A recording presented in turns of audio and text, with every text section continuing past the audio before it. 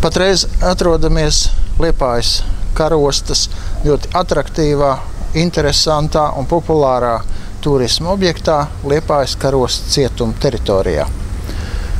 Izveidojies maldīgs iespējas, veidojot, protams, turisma leģendas, ka šeit notika nošaušanas, masveidīgas slepkavības, izrēķināšanās ar nacismu pretiniekiem, taču tā tas nav, par ko es pastāstīšu jums turpmāk.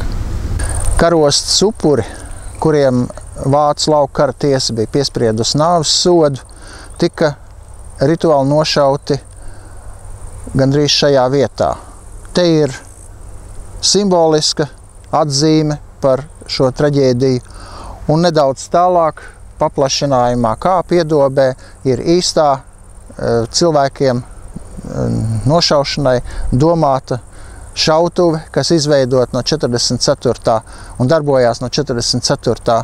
gada jūlija līdz 45. gada maijam.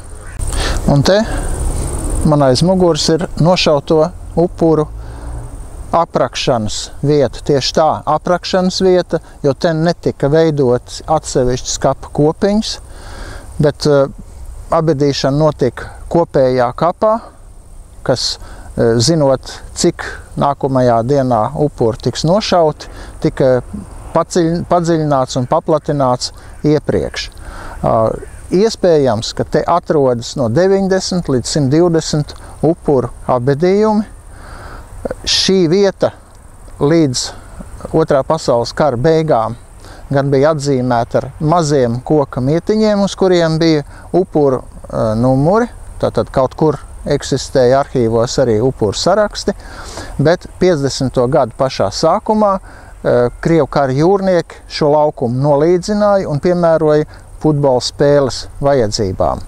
Iznāk, ka gan vācu okupanti nošāva savus upurus, gan PSRS okupanti tos mīdīja ar saviem zābakiem. Šī ir tā vieta kāpā, kas ir izveidota, karostas komandas izveidota 1944. gada jūlijā, speciāli iekārtota, lai rituāli nošautu gan Vācu armijas dezertierus, gan arī latviešu leģiona vīrus, kas bija dezertējuši no leģiona, vai atpalikuši, vai nebija ieradušies laikus savā karaspēka daļā.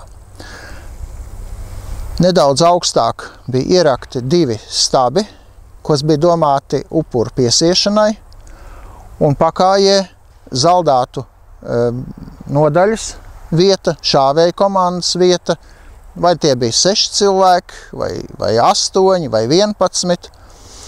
Un visa nošaušanas procedūra, kā tas piederās pie lielas nācijas, ģermāņu nācijas, kārtības mīlēšanas veida un domāšanas veida bija izstrādāta līdz perfektumam, atstrādāta un dzelžaini to saglabāja.